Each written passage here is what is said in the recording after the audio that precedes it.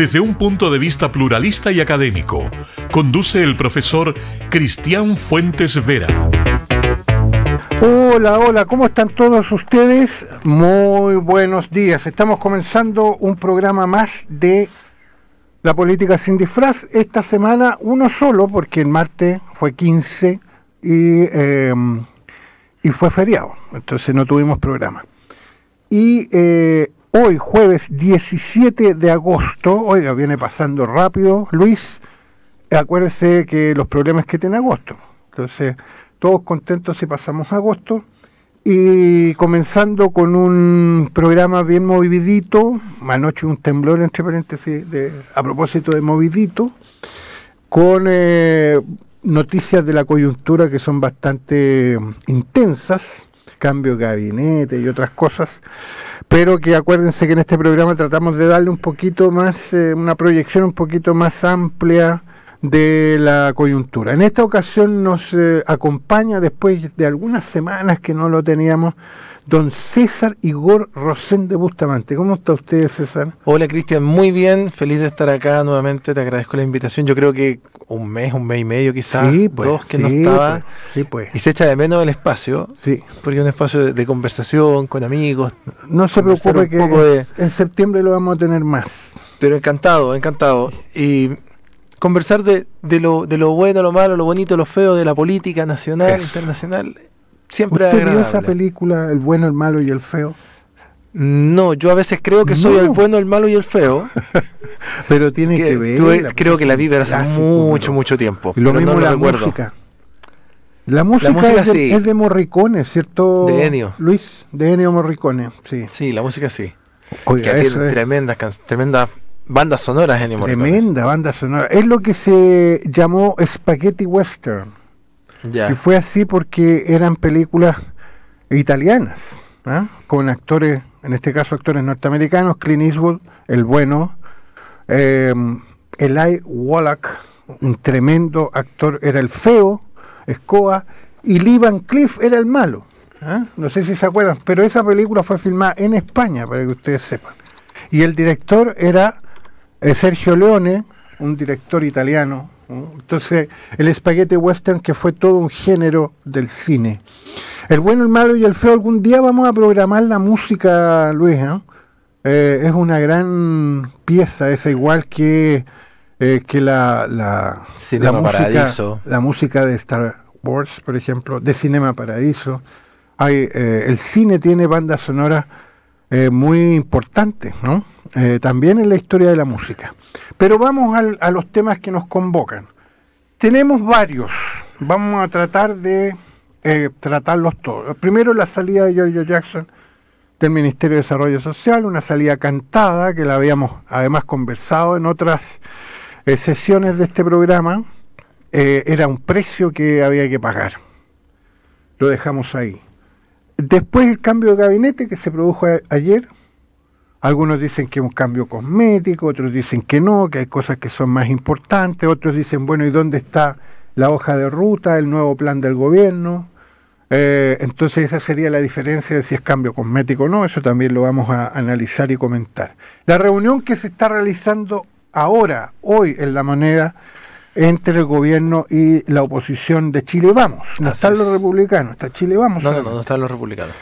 Hay hartas cosas que tratar. De hecho, no está el presidente de la UDI, está la secretaria general. Así es. Bueno, y ya hay otro tema más por ahí que se me va, no sé... La directiva de Revolución Democrática. Sí, como Revolución Democrática quedó reducida al Ministerio de Bienes Nacionales. Así es. La directiva que dirigía el senador Latorre renunció en pleno. Entonces ese partido está en crisis y es uno de los partidos ejes del Frente Amplio. Partido del exministro Jackson. Así es, y del jefe del segundo piso, el jefe de asesores, que también es fundador de Revolución Democrática. Se me olvidó el nombre, fíjese, yo se lo busco de inmediato. Estoy medio con el alemán, me ha estado visitando últimamente. Bueno, pero ya me voy a acordar. Entonces, vamos, no sé, usted, ¿con qué quiere empezar? César Igor. A ver, yo creo que partamos cronológicamente. Eso. Yo creo que partiría comentando, solamente repasando, que la salida del ministro Jackson es un tema político, es una cabeza que tenía que caer, como dices tú, es un fusible que se tenía que quemar un poco para descomprimir la presión del gobierno y el estancamiento de la agenda legislativa, que para mí es fundamental. Recordemos que este gobierno tiene... a ver, cuando el gobierno parte, el escenario ideal hubiera sido partir con su... no sé si es decir con su, pero con la constitución que el gobierno apoyaba, con este texto constitucional que fue rechazado, y con un Congreso favorable. En ese escenario, claro, la navegación del gobierno durante estos 4 años hubiera sido mucho más expedita, sin tanto oleaje, hubiera sido un andar tranquilo y pausado. Pero le tocó lo contrario. Le tocó el rechazo del texto constitucional sobre el que iba a sustentar todas sus reformas, y le toca gobernar con un parlamento mayoritariamente opositor y donde además la extrema derecha, que viene a ser la antítesis del gobierno, tiene mucha fuerza. Claro. Pero la extrema derecha no tiene mucha fuerza en el parlamento, tiene mucha fuerza afuera, porque en la mayoría, por ejemplo, el Consejo Constitucional. Claro, pero aún así yo creo que tiene la presencia en el parlamento también traba un poco la conversación. Claro. Ahora, es en este contexto que el gobierno necesita alianzas, necesita conversar con la oposición para poder avanzar. Sí. Sin esa conversación es imposible sacar la más mínima ley, aunque sea erigir una estatua en algún lado. Claro. Miguel Crispi, ya me acordé. Miguel Crispi. Y la piedra de tope era, o una de las piedras de tope era el ministro Jackson. Claro. Entonces la salida del ministro Jackson se explica por eso, básicamente, al menos desde mi perspectiva, el punto central es precisamente destrabar la agenda legislativa y poder avanzar en reformas de salud, reforma previsional, reforma tributaria. Y bueno, el ministro Jackson sale y hay que colocar a alguien en su lugar. Y es en este contexto en que también se aprovecha de hacer un cambio mayor en el gabinete. No digamos mayor, pero al menos se modifican algunos ministerios, lo que permite 5 ministerios, lo que permite hablar de un cambio de gabinete. 5 de 24 no es como para decir un gran cambio de gabinete, un cambio muy profundo, pero sí con efectos políticos importantes, sobre todo, como ya lo adelantabas tú, en Revolución Democrática. Bueno, como se diría popularmente, el ministro Jackson estaba pedido. Así es. O sea, había que sacarlo, como tú bien dices, porque era un fusible, para bajar, digamos, la tensión. Por distintas razones, el ministro Jackson, desde el punto de vista político, se fue dinamitando su poder. Recordemos que comenzó en el gobierno como ministro secretario general de la presidencia, era un brazo derecho, uno de los brazos derechos. El presidente tiene varios. El presidente es como esa diosa como hindú. Shiva, creo que Shiva, ¿no? Me parece que tiene hartos brazos. Bueno, tiene hartos brazos derechos. Entonces, pero había sido su partner en el movimiento estudiantil del 2011, hay que recordar, él desde FEUC, el presidente Boric desde la FECH, junto con Camila Vallejo. Entonces ese era el círculo de titanio, como también le llaman. Bueno, salió Jackson. No, Shiva tiene 2 brazos, voy a buscar con la que tiene hartos brazos. Sí. Bueno, el que sea, digamos, pero es esa, yo creo que está en la mente de los que nos escuchan, esta diosa de muchos brazos. Creo que la diosa Kali también tiene muchos brazos. Bueno, no sé, no soy un experto en la religión hindú, pero está en la mente. Entonces, una diosa que se llama Vishnu. Vishnu es otro dios de los más importantes del panteón hindú. Tiene 4 brazos. 4 brazos. Entonces, podríamos decir que es como el presidente Boric es como el Vishnu de la política chilena, pero además recordé, a propósito de Vishnu, esta frase famosa de la película Oppenheimer. Pero no haga spoiler, que aún no la veo. Pero ha salido varias veces. Es una frase que él recuerda de un documento de la religión hindú que dice: soy Vishnu, me he convertido en la muerte, el destructor de mundos.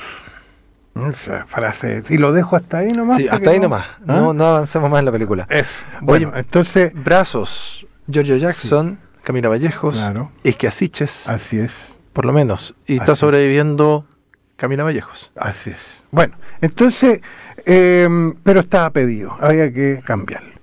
Cambió y quedó una subsecretaria, una de las subsecretarias quedó de ministra subrogante, entonces había que hacer ese cambio sí o sí.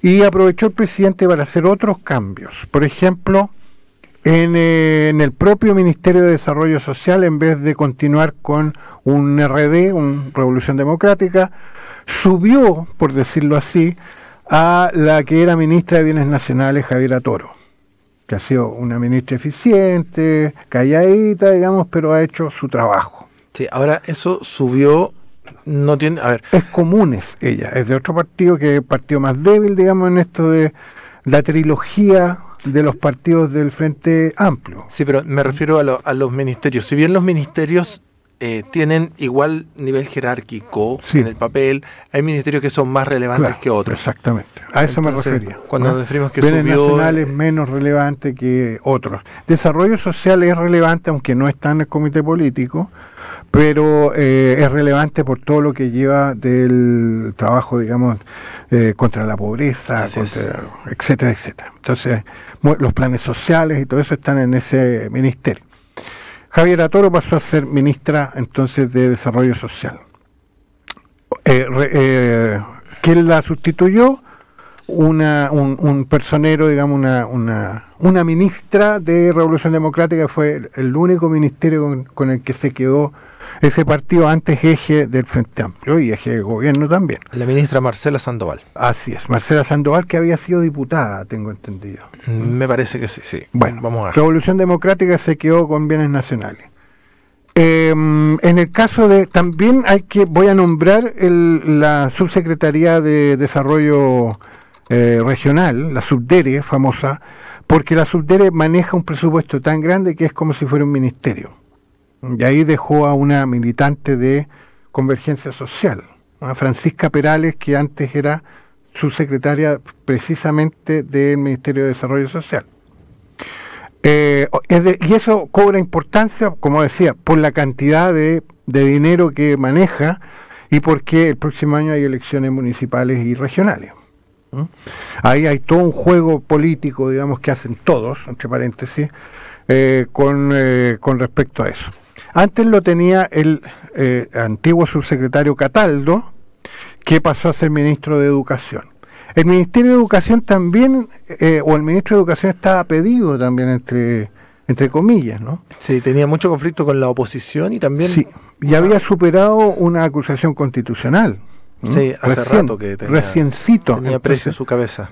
Así es, entonces salió finalmente, pero en este caso salió por la puerta ancha, porque recordemos que si la acusación constitucional hubiera prosperado, el ministro ni siquiera podría volver a hacer clase en el Estado, y él es un profesor de colegio público, digamos, ¿no? Claro. Bueno, entonces salió, lo cambiaron por Cataldo, que es un personero del Partido Comunista, un tipo joven, que todo el mundo dice que es muy eficiente.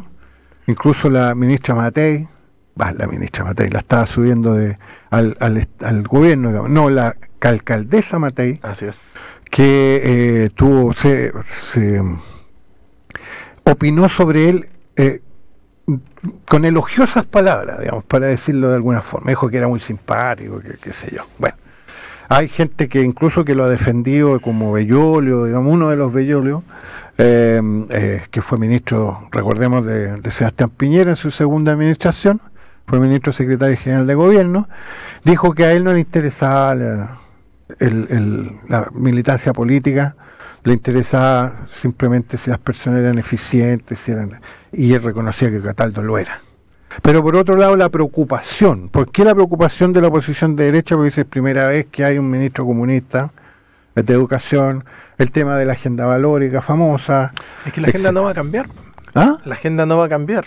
No, pues la agenda no va a cambiar. Pero estamos ahí, hay un conflicto con el colegio de profesores, ahí se supone que va a usar su muñeca Vamos a ver cómo están sus dotes de negociador. Exactamente. En todo caso, tiene fama de ser buen negociador. ¿No? Es un tipo, como decía antes, eficiente. Y el Ministerio de Educación tiene muchos problemas. Es un ministerio muy complicado. Que la educación en Chile tiene muchos problemas. Hay harto que hacer ahí. Así es. Cambió también el ministro de las Culturas, que estuvo poquito tiempo el ministro de Aguirre, Jaime de Aguirre. Tuvo un encontrón ahí incluso con el presidente cuando dijo que no había que ir a la Feria del Libro de Frankfurt, que es la feria del libro más importante del mundo.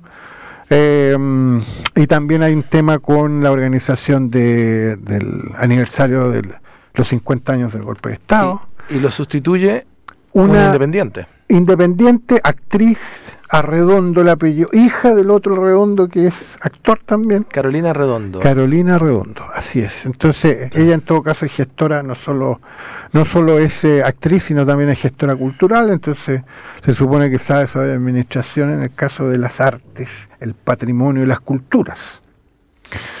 Y hay... ¿qué nos está faltando? Minería. La ministra de Minería. No solo salió la ministra de Minería, salió la ministra, el subsecretario y el vicepresidente de ENAMI. Porque ahí había un problema bastante complicado en ENAMI y fueron removidos los tres. Aurora Williams volvió al ministerio, ella ya había sido ministra, creo que antes había sido subsecretaria también. O sea, es una persona de amplia experiencia en el tema de minería. Salió también el subsecretario, como decía, salió también Jaime Pérez de Arce, que era el viceministro de ENAMI. En ENAMI había una situación bien compleja, una crisis, y pusieron allí a Iván Blinars. Iván Blinars también fue hay que recordarlo, también fue un dirigente estudiantil. Mira, la ministra Aurora Williams fue ministra durante el segundo gobierno de la presidenta Bachelet. Así es.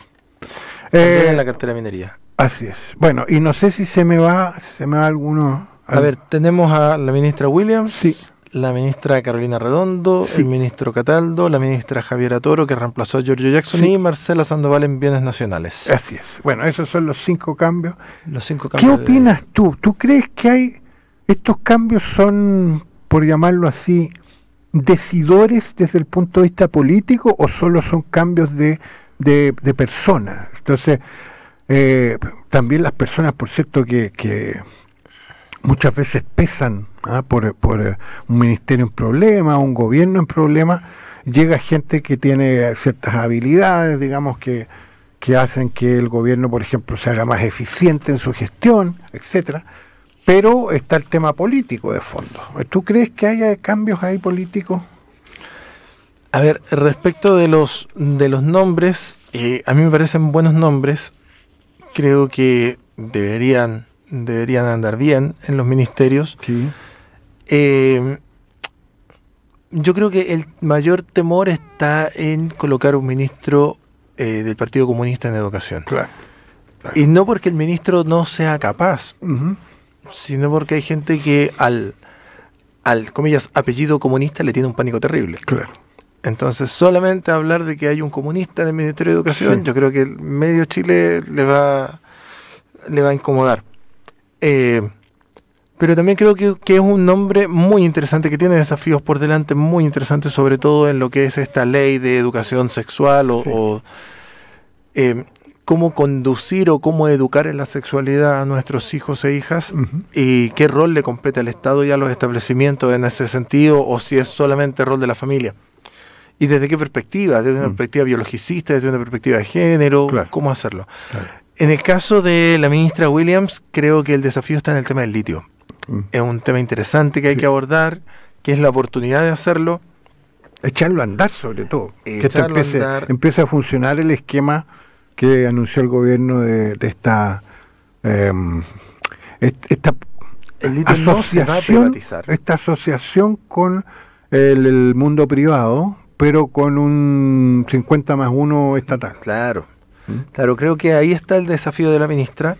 Sobre las culturas, bueno, estamos en un contexto de 50 años del golpe de Estado, ahí hay un tema grande también, y hay harto trabajo que tiene que hacer la ministra Carolina Arredondo, y y relevar el tema cultural. Creo que en Chile está muy en segundo plano. La pandemia le jugó muy mal al tema de la cultura y le fue quitado protagonismo a un sector que no debemos olvidar. Sobre desarrollo social, ni hablar, o sea, todo lo que nos queda por construir y en bienes nacionales, y es ahí donde quizás está el desafío menor, pero ojo, que yo me preocuparía también por cómo se ocupa el territorio nacional, por ejemplo, en las playas, en los bordes de los lagos y otras cosas. O sea, todos los ministros tienen harta pega por hacer. Sí. Bienes nacionales es el ministerio que se encarga de todas las tierras que tiene el Estado en Chile. Así es. El Estado Los tenía mucho más inmuebles. ¿Ah? Los bienes inmuebles. Y los bienes, claro, los bienes muebles y los bienes inmuebles. Así es. Así es. Sí, se mira un poco a huevo el Ministerio de Bienes Nacionales, pero es un ministerio bien interesante, ¿no? O sea, cuando... A ver, yo tengo un terreno... ¿Usted tiene un terreno? Media hectárea, chiquitito. Un terreno ahí en Cunco. Ya.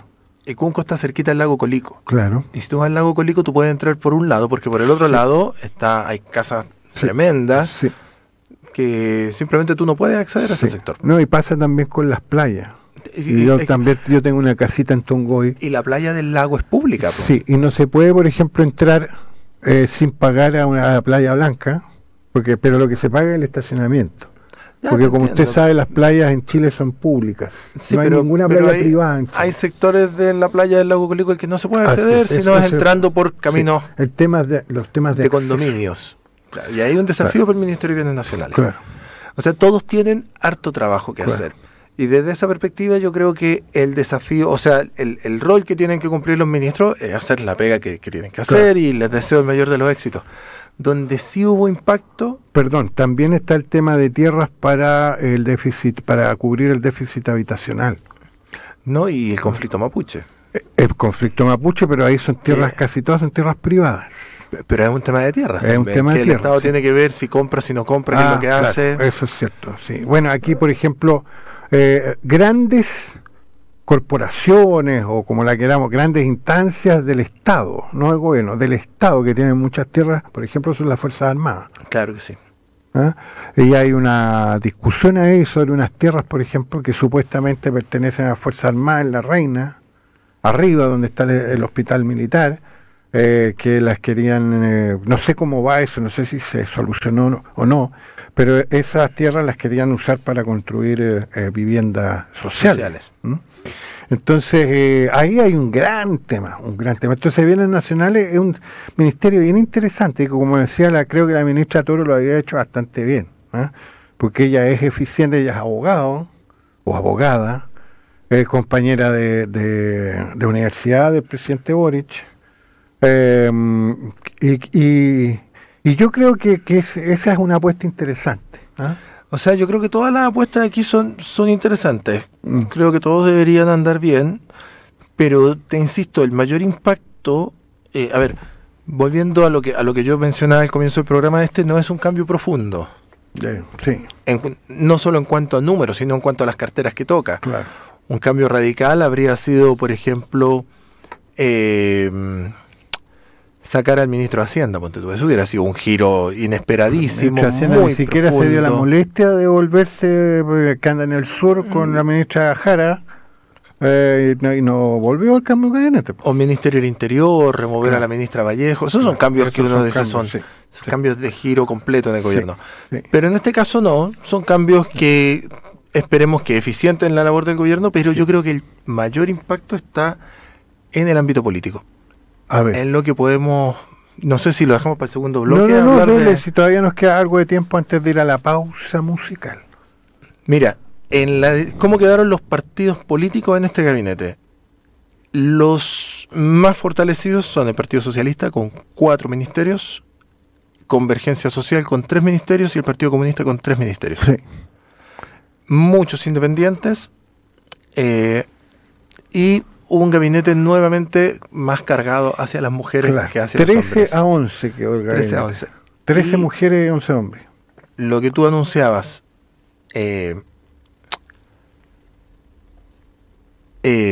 un ministerio solamente para Revolución Democrática. Claro. Y eso fue un terremoto para el partido. Sí. Pero en la segunda parte vamos a ir a eso. Por ahora sigamos comentando sobre los ministerios mismos. Eso fue lo que dijo el gobierno. Esto está dirigido a, como usted utilizó ese concepto, yo lo vuelvo a utilizar, a eficientar. Tengo la impresión de que no existe en el castellano, en el español, digamos, entre paréntesis, el otro día leía una filóloga española bien interesante, ella decía, porque le preguntaban, ¿se dice castellano o español? Y ella decía, castellano era lo que hablaba el Cid, nosotros hablamos español. ¿Y por qué hablamos español? Porque nuestra lengua se ha modificado con el tiempo y se ha abierto a múltiples influencias, entonces no es lo mismo, bueno, eso es obvio, ¿ya? No sé si yo por lo menos lo hice, lo que todos pasamos por el colegio, leímos el Cid alguna vez. El Cid Campeador. El Cid Campeador, pero mientras más antiguo sea la persona, también en esa época se leía el Cid original, se leía el Cid en castellano antiguo y en castellano moderno. Pero uno lee el castellano antiguo y algo entiende. Sobre todo, Luis, no sé si usted lo vivió eso, si lo lee en voz alta. Si usted lo lee en voz alta, entiende mucho más. Bueno, ese texto es del siglo XI, después de Cristo, 11, o sea, del 1000 y tanto. Entonces, pero ¿cómo se llega al español moderno? Con el aporte de los árabes, con el aporte de los franceses, con el aporte de los ingleses, o sea, los galicismos, los anglicismos, etcétera. Entonces, eso sería el español. Y además también, obviamente, los españoles tienen entre comillas, este problema de que en España se hablan otros idiomas también. Se habla el catalán, se habla el vasco, se habla el gallego, esos son los tres grandes, ¿no? Pero se hablan otras también. Otras lenguas parecidas, ¿cómo se llama esta? Se me olvidó, pero bueno, se hablan muchos idiomas, eso es lo que estoy diciendo. Entonces, decir castellano es decir el idioma de una parte de España, ¿no? Entonces es mejor hablar de español. Bueno, entonces estamos hablando del tema, digamos, del idioma y de cómo el idioma evoluciona. La palabra eficientar sí existe. ¿Ah, sí? Sí, estoy aquí en la RAE. El verbo eficientar formado sobre eficiente es un derivado correcto y de empleo habitual en países de América Latina. También se utiliza en la forma eficientizar. Ya, bueno, ese es más rebuscado de pronunciar. Bueno, entonces retiro lo dicho, eficientar existe. No es incorrecto, pero el término eficientar yo diré que no lo usamos mucho. No, y lo interesante es que si existe eficientar como verbo, existen todas sus conjugaciones. Así es. Eficientaba, eficientado, eficientaré, yo etcétera, etcétera. Eficiento, tú eficientas, él eficiente. Bueno, entonces, pero ese es como el título de la canción. El título del cambio de gabinete es eficientar la gestión del gobierno. Para eso yo creo que los nuevos ministros han sido bien elegidos, ¿no? Hablábamos de la ministra Toro, hablábamos del ministro Cataldo, está bien. Pero ¿cuál es el tema político detrás? ¿Cuál es la agenda política del gobierno? ¿Cuál es la hoja de ruta del gobierno? ¿Cuál es el diseño político del gobierno? Sacar y olvidarse y pasar a otra etapa después que se llegue a algún acuerdo con la oposición para la tributaria y para las pensiones. Es que yo creo que a eso está apostando el gobierno. Bueno, primero cerrar estos, no cerrar, construir acuerdos. Claro. Echar a andar de una vez por todas estas dos reformas. Y bueno, de ahí la famosa reunión que se está desarrollando hoy día en el Palacio de la Moneda. Exactamente. Eso también lo vamos a tratar en la segunda parte. Ahora sí que vamos a ir a la pausa musical. Mire, esta canción que vamos a escuchar es la canción central de una película que marcó toda una época, 1985. Es una película que se llama Volver al Futuro. ¿1, 2 o 3? Uno, estamos hablando de la 1. La primera parte, después hubo otras 2. Efectivamente, yo la he visto varias veces, pero la primera parte me sigue pareciendo la mejor. Y ves que la dan, la veo. Y ves que la dan en la tele, uno la ve, claro, pero ahora en el cable, bueno, etcétera, etcétera, en el streaming está ahí el Volver al Futuro 1. ¿Ah? El cantante se llama Hugh Lewis y el grupo en el que está en esa época se llama The News. Entonces se llama Hugh Lewis and The News y la canción The Power of Love. Disfrútenla. Espacio de análisis, entrevistas y opinión sobre el acontecer político chileno e internacional desde un punto de vista pluralista y académico. Estamos de vuelta después de escuchar esta canción de Hugh Lewis and The News y que es la canción principal de Volver al Futuro 1. Estábamos comentando acá con César una serie de detalles que tiene la película, pero también yo recordaba que la fui a ver al cine. Aquí se me cayó el carnet, pero ya de una manera espantosa. La fui a ver al cine y ya no era tan lolito, ¿no? Ahí se le cayó el carnet. Ahí se me cayó el carnet, sí. Me gustó harto la película, entre paréntesis.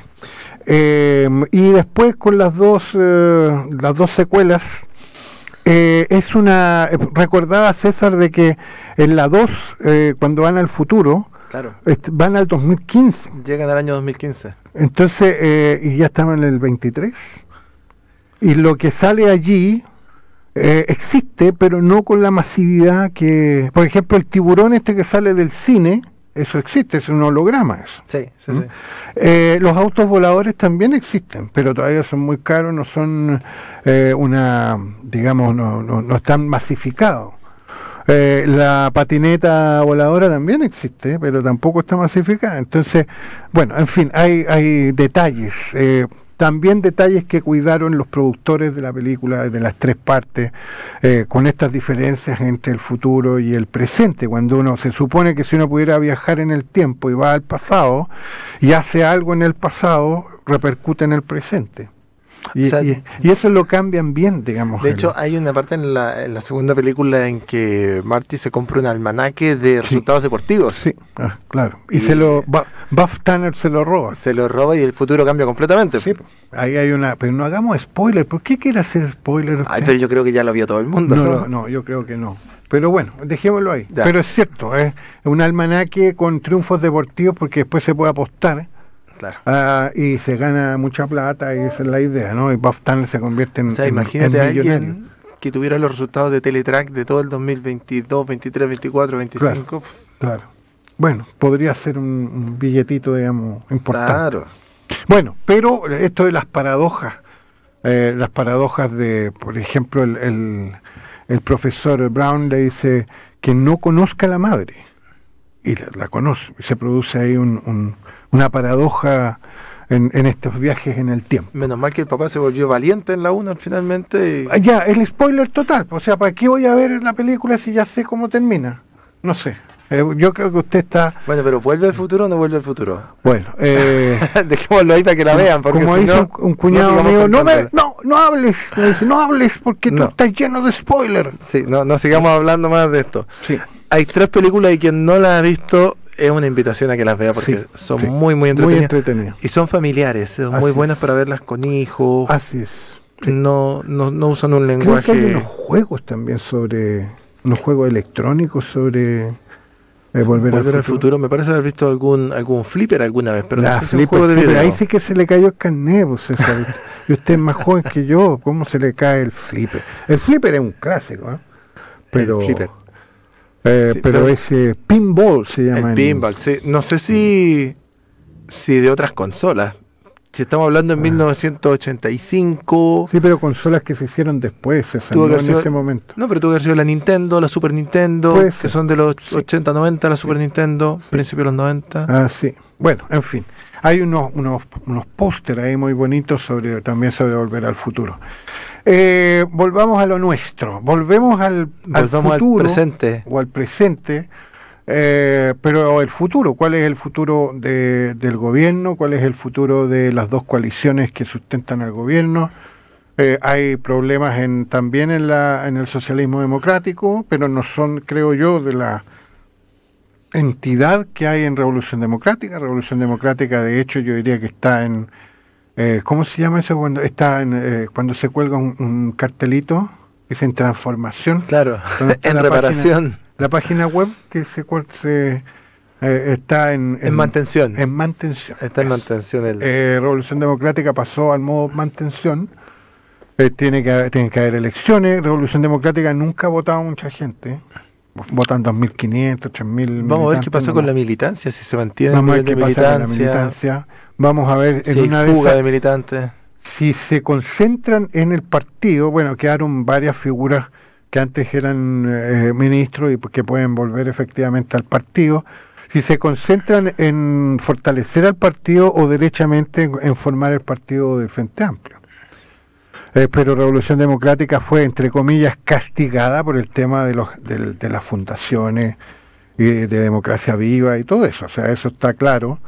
Le queda claro a todo el mundo que sufrió esa situación por culpa de esto otro, y que el presidente del partido, el senador Latorre, se la jugó hasta el final, por ejemplo, por salvar el cambio en educación, el ministro Ávila, y no lo logró. Entonces, por eso él presentó su renuncia, y con él la renuncia de toda la directiva. Toda la mesa, sí. Lo que implica que, como decía, que el partido quedó en mantención, la página ya no funciona. Claro. Todo esto no es así, ¿no? Pero es como una... Metafórico. Es metafórico, usted lo ha dicho, metafórico.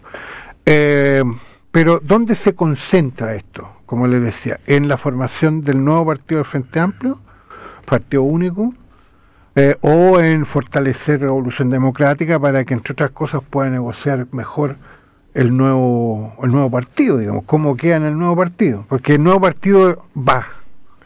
¿Cuánto se va a demorar? No sé, pero va. Yo tengo la impresión de que aquí tenemos una fecha tope, que es octubre del próximo año, son las elecciones municipales y regionales, y antes de eso, obviamente, las campañas y todo eso, que ahí hay un plazo.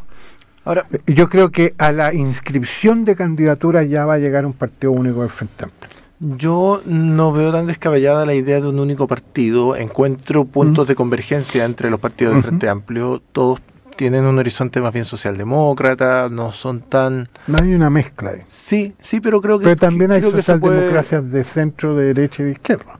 Pero, cuando digo socialdemocracia de derecha, digo una socialdemocracia más liberal, digamos, a eso me refiero. Claro, no es que sean de derecha, digamos.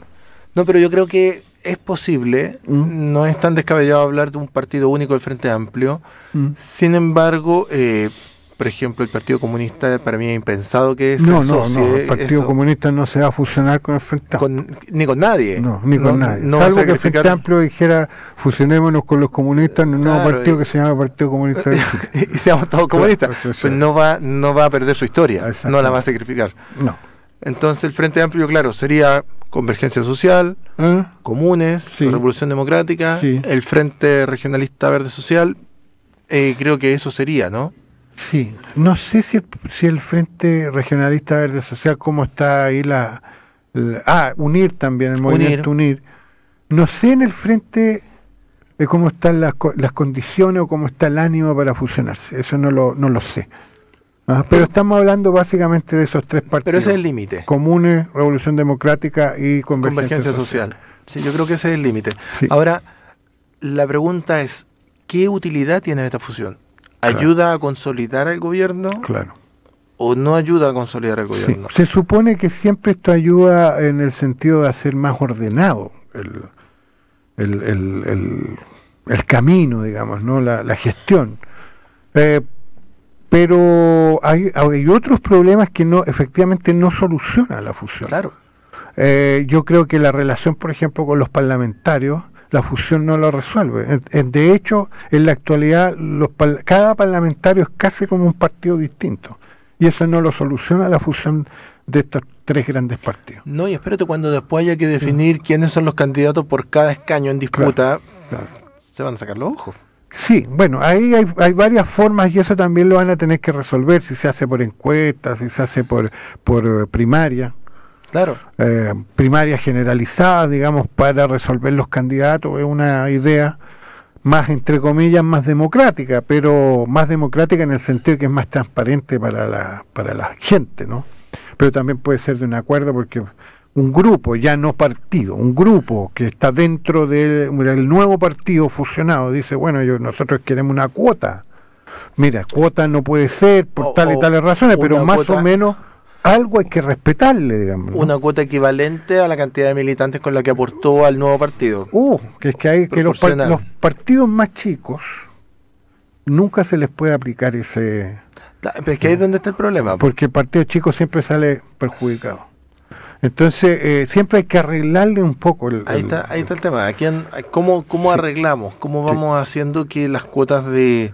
No voy a decir de poder, pero los números de vacantes postulables sean más o menos correlativas a la fuerza política de cada partido original? Aquí se necesita una nueva ley de partido, digamos, que le permita a los partidos disciplinar a sus parlamentarios. Y esto se ha discutido, esto incluso se ha discutido a nivel constitucional, el tema, no solo el tema de los distritos, sino que también el tema de la disciplina partidaria, porque un parlamentario, si quiere hacer lo que quiera, entonces que ya no pertenezca a ese partido. Mira, hay otros países, a propósito de lo que está pasando, decimos brevemente lo que está pasando en España en estos momentos. Se constituyó la mesa del Congreso, etcétera, etcétera, y se está viendo cómo formar un nuevo gobierno. En España, los parlamentarios, entre comillas, díscolos, tienen que entregar su cargo. No pueden ser díscolos. O sea, el discolaje se resuelve adentro del partido.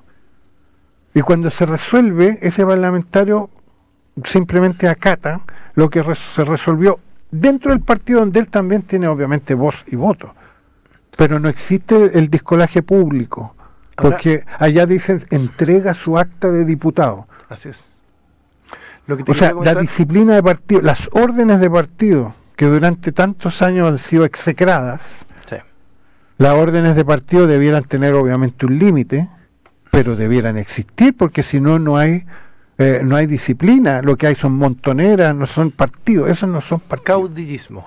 Caudillismos que siempre han existido, los caudillismos. El punto es que hay un pacto de los propios caudillos de mantenerse dentro de la disciplina del partido. Es decir, son caudillos pero con permiso del partido. Ellos también son del partido, ¿no? Ahora, eso hay que tenerlo claro. Cuando vota el elector, ¿vota por el partido o vota por la persona? Buena pregunta. Aquí vota por la persona. Vota por la persona, pero si queremos... Básicamente. Si queremos más disciplina partidaria, el elector debería votar por un partido. Claro. Y eso te invita entonces a hacer elección por lista cerrada. Exactamente. Un tecnicismo electoral que a lo mejor... La lista cerrada es que el partido designa a los candidatos en orden decreciente. Y usted vota por el partido, no por el candidato. Se vota por la lista del partido. Claro. Entonces, por la lista, gracias por la... Por la lista del partido. Y cuando se cuentan los votos, una lista saca, supóngase usted, 2 millones de votos, lo que en un sistema proporcional le da derecho a tantos parlamentarios. Y ahí electos. Nombra a los candidatos. Pero ya están nombrados porque es lista cerrada. Sí, no, pero ahí en el fondo asumen los candidatos, pero en virtud de los votos del partido, no de los votos personales. Exactamente. Entonces, todos los candidatos aportan a la lista, sus votos a la lista, y en la lista si se decidieron, por ejemplo, que tiene 10 candidatos, están en grado decreciente. Claro. El uno es el que tiene más posibilidad, y está puesto ahí también porque se supone arrastra más votos. Y esa lista va a sacar más o menos 5, entonces hay 5 que se van a perder. Y esos 5, ganen o pierdan, van a ser 5 muy fieles al partido porque quieren quedar en las mejores posiciones. Obvio. Y además que si se salen de la disciplina partidaria simplemente dejan de ser representantes. Bueno, ese es un ejemplo extremo. Ahora, claro. Así en España, entre paréntesis. ¿Cuál es el problema que tenemos en Chile? Que estamos acostumbrados a que muchos de nuestros candidatos son grandes rockstars, claro, de la farándula. Claro. Y que aprovechando la fama que ya traen, claro, y a través de ella la captura de votos, claro, entonces son ubicados por los partidos como figuras políticas. Pero eso ha dado lugar a que en estos momentos en el Congreso hay 155 partidos en la Cámara de Diputados y 50 partidos en el Senado. Es decir, nadie entiende nada. Es un guirigay de intereses, de voluntades, entonces hay... Oye, si llegamos a un acuerdo con tu partido, sí, pero a mí nadie me preguntó. Entonces se hace muy difícil la gobernabilidad. Aquí en Chile llegamos a un extremo. Por eso decía que hay un un amplio espectro, ¿no? No necesariamente hay que caer en un extremo, pero de que tiene que haber más disciplina, tiene que haber más disciplina, si no, simplemente la democracia no funciona. No, y eso también te aporta al desprestigio de los partidos políticos. En efecto. Pero eso hay que equilibrarlo también con el tema de la transparencia en los partidos. Sin duda. Con el tema de la gobernabilidad dentro de los partidos, etcétera. Entonces, de la militancia, en estos momentos uno firma una ficha y pasa a ser militante de un partido. Y a veces Eso aunque no uno no la debiera firme, ¿Ah? A veces aunque uno no la firme, A veces incluso aunque uno no la firme. aparece claro. como militante en un partido y uno nunca se enteró. Claro, en otros países se hace la diferencia entre cuando uno está inscribiendo un partido entre avales y militantes. De nuevo el caso español. Claro. Los avales son los que firman para que ese partido pueda inscribirse, pero no son militantes. Si ellos quieren pueden entrar ya a un proceso por el cual van a llegar a ser militantes.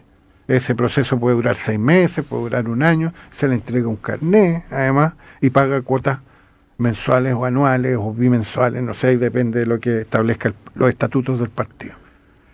Los tribunales de disciplina famosos, en los partidos de izquierda se llamaban control y cuadro, ¿ah? Esos tribunales no siempre fallan en derecho, ¿ah? Están muy sujetos a los vaivenes de las mayorías y minorías políticas dentro de los partidos. Ahora, claro, un militante tiene derecho a recurrir a los tribunales de justicia, obviamente. Bueno, pero todo eso debiera estar bien normado, debiera estar súper vigilado, o sea, debiera haber una superintendencia de partido y ser transparente. Mira, por ejemplo, ¿qué pasa con la diputada Catalina Pérez? Hoy día tiene su militancia suspendida. Sí. Pero sigue siendo diputada. Sí, sigue siendo diputada. Y no sé lo que significa que tenga su militancia suspendida. Significa que no va a los eventos que no podrá votar, que no puede votar dentro del partido. No podrá presentarse a cargos dentro del mismo partido. Claro. Pero mientras sea diputada, ella tiene su propio calendario, tiene sus propias condiciones. No más que eso. O sea, ¿cuál es la verdadera sanción? O sea, una sanción administrativa en el fondo. Claro, es una sanción administrativa, exactamente. Entonces, ¿quién entiende esto? El monopolio de los partidos, no, la idea no es que haya un monopolio de los partidos, pero sí que los partidos tengan alguna importancia, porque los partidos ayudan a agregar intereses, esto dice la teoría, ¿no? Agregar intereses, controlar, dirigir, democratizar. Ojo, aquí una corrección semántica muy menor. Cuando Cristian usa la palabra agregar, sí, no se refiere a añadir otro y otro, no a sumar, sino que a agrupar, a aunar intereses. Sí. Agregar intereses, como tú bien dices, no solo sumar intereses, sino que sacar de esa suma de intereses algo que los englobe a todos. Claro, ir agrupando intereses. Pero tampoco es agrupar. Pero es que, ¿sabes lo que pasa? Es que a mí cuando me dicen, estoy hasta acá con los partidos políticos. Sí. Yo quiero un gobierno que haga esto, que haga esto, que haga esto. Bueno, si tú te juntas con otra persona que piensa lo mismo que tú, y otra, funda un partido. Lo que hacen es un partido político. Claro, exactamente. Los partidos políticos están hechos para el poder, además, y eso también hay que explicitarlo y transparentarlo. ¿Para qué están? Para alcanzar el poder, porque quieren hacer realidad, digamos, su programa, su doctrina, etcétera, ¿no? En democracia esos partidos compiten. Claro. Y tienen ciertas reglas del juego que tienen que obedecer, porque si no se ponen fuera de la ley y fuera de esa propia democracia. Como vías legales de financiamiento, por ejemplo. Por ejemplo, claro. La ley, el financiamiento, tienen una parte de financiamiento del Estado. En Chile ahora está bien restringido eso, pero todavía pueden haber, por ejemplo, aportes... ¿Cómo se llama estos aportes sin revelar el nombre de quien aportó? Anónimos. Anónimos, sí. Todavía pueden haber aportes anónimos. La idea es que no puede haber aportes. Y si las empresas quieren aportar a los partidos, que lo hagan, pero que lo hagan de manera transparente. Claro. Entonces uno puede decir, a este partido la financia, supóngase usted, la AFP. Entonces obviamente que esté en contra de terminar con la AFP. Entonces los norteamericanos, por ejemplo, en general los anglosajones, prefieren la transparencia. Y los medios de comunicación también. Y también los medios de comunicación. Si tienen una línea editorial y es lícito que la tengan. Claro. En Estados Unidos no se prohíbe el lobby, se norma el lobby. Y los lobbies pueden hacer una cosa y pueden y otras cosas no lo pueden hacer. Washington está lleno de oficinas de lobby, pero son transparentes, ahí están. Y se juntan con los parlamentarios a tomar desayuno, por ejemplo. Los desayunos de trabajo son famosos. Pero ahí están, porque eso está bien normado. Aquí hay una parte normada y otra parte en la oscuridad, en la opacidad. Claro. Bueno, en fin, estas son cosas que están tan pendientes. No sabemos cómo va a terminar, por ejemplo, para volver a los temas originales, no sabemos cómo va a terminar la reunión con los... la reunión de ahora. Con Chile Vamos. No sé si hay alguna posibilidad de que avance las reformas, digamos, el pacto tributario, la reforma de pensiones, que son las más importantes, y que son reformas que la gente necesita. Entonces son reformas que hay que hacer y hay que ponerse de acuerdo, aunque siempre en las negociaciones hay que ceder. Por ahora vemos que las posiciones están bastante extremadas, están bastante inflexibles, pero bueno, esto lo vamos a ver cómo evoluciona. El próximo martes, por ejemplo, vamos a saber cómo evolucionó el diálogo con Chile Vamos. Hay que ver si realmente era Giorgio Jackson la piedra de tope o no. Exacto, porque la oposición dijo, si está Jackson, nosotros no nos sentamos a hablar. No hay acuerdo posible. Bueno, ahora se fue Jackson. ¿Hay acuerdo posible? Es una pregunta que queda flotando en el aire. Pero la vamos a responder en los próximos programas. Así que... ¿Y qué pasa con RD? Sí, ¿y qué pasa con RD? Por supuesto. Lo vamos, como decía, lo vamos a ver en los próximos programas. Muchas gracias, César. No, encantado. Siempre ha sido un encanto conversar contigo. Y muchas gracias a los auditores y auditoras. Y nos vamos con también una canción muy linda de un cantante que se llamaba, no sé si murió Willie Nelson, no, está vivo. Willie Nelson, que tiene una voz así bien característica y que se llama You Are Always on My Mind. O sea, tú estás siempre en mi mente. Nos vemos y nos escuchamos el próximo martes. Chao, chao. Adiós, adiós.